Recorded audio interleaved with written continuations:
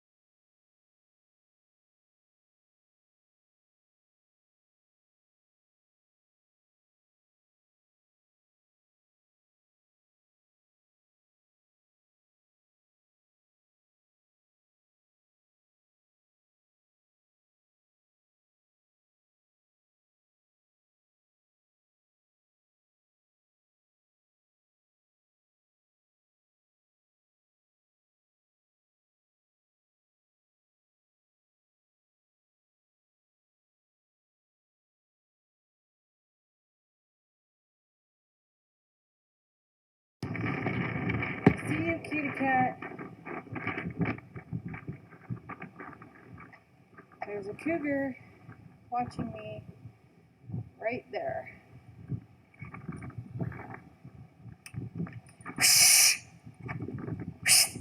Get out of here. Go on. Get. Bad kitty. Bad kitty. Go. You little bastard. Get out of here. Go on. Get.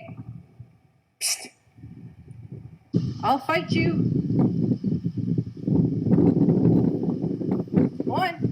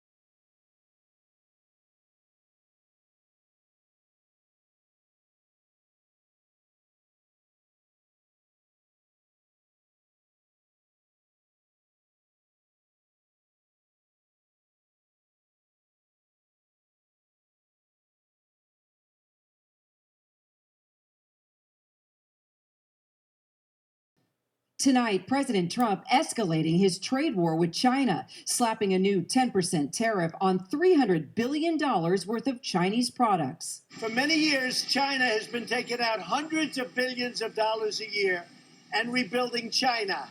It's time that we rebuild our country. The tariffs mean American shoppers could see prices go up on everything from clothing to smartphones to TVs to toys. The Chamber of Commerce saying tonight the president's move will inflict greater pain on American businesses, farmers, workers, and consumers and undermine an otherwise strong U.S. economy. What do you say to American business owners and consumers who are going to pay the price for these tariffs, sir? What would you say when China, for the last 20 years, has been taking hundreds of billions of dollars out of our country? So now it's time that we change things around. If they don't want to trade with us anymore, that would be fine with me. But China buys billions of dollars in crops from American farmers, and they've responded with tariffs of their own. In May, with the trade war in full swing, we spoke with John Kiefner, a soybean farmer from Illinois. And I'm preparing for the worst. China bought 60% of U.S. soybean exports before the trade war started. Not anymore. A lot of farmers are going to have to come up with alternative sources of income. The president speaking to reporters before he headed off to a campaign rally in Ohio. At his last one, the crowd breaking out into a racist chant about Congresswoman Ilhan Omar, who came to the U.S. as a refugee from Somalia. So if his supporters do it again tonight, will he try and stop them? I don't know that you can stop people. I don't know that you can. I mean, we'll see what we can do. I'd prefer that they don't. But if they do it, we'll have to make a decision then. Kira Phillips with us live at the White House tonight. And Kira, I also wanted to show another image coming in tonight, getting a lot of attention. I know you're aware of this photo of Congresswoman Ilhan Omar. She tweeted the image with House Speaker Nancy Pelosi just a short time ago. The two were in Ghana. And clearly this is meant as a show of solidarity tonight, Kira. Indeed, David. Pelosi and Omar, part of a congressional delegation to Africa. Congresswoman Omar tweeting, they said send her back, but Speaker Pelosi didn't just make arrangements to send me back. She went back with me. David?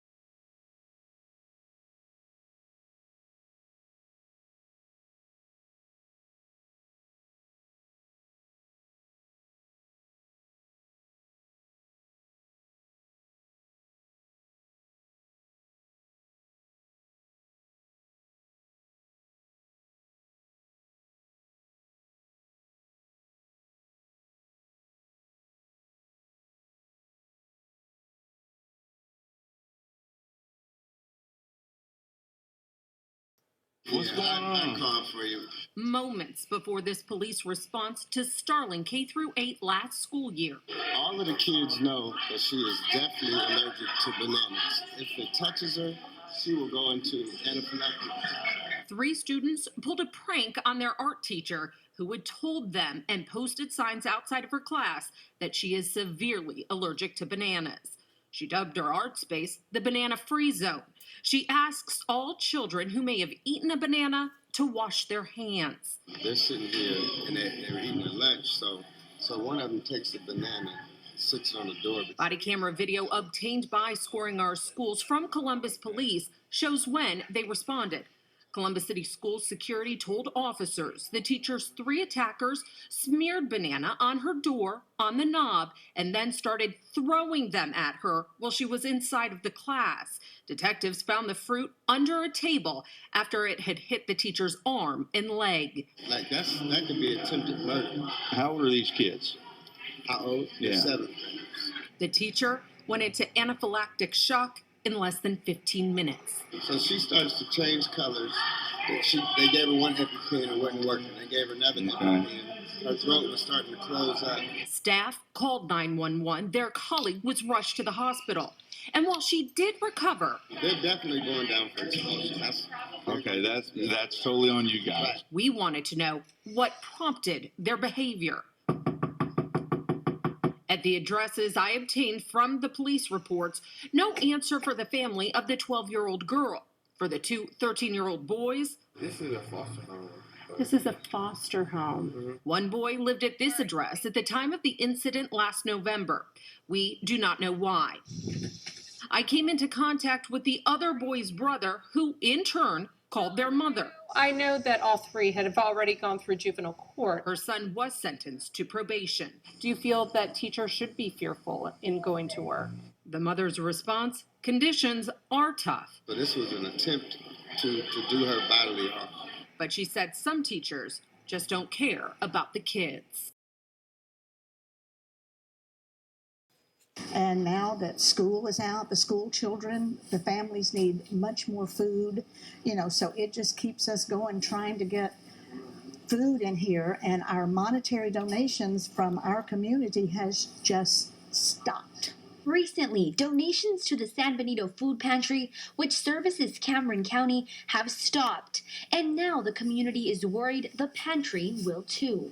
The food comes from the USDA, but organizers must still pay a maintenance fee to move the food to San Benito. They also have to pay for utilities to keep the building up.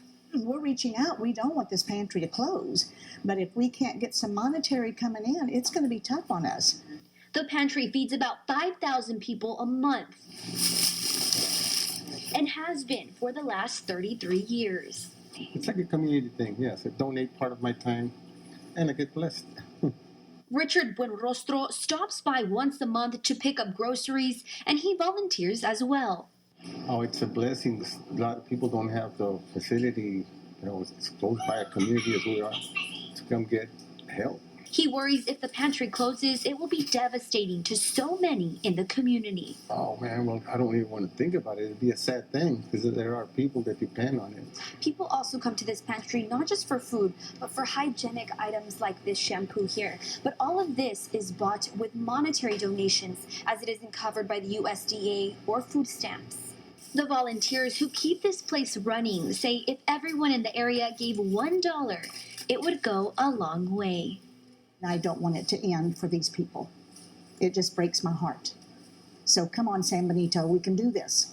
In San Benito, with complete valley coverage, Sydney Hernandez,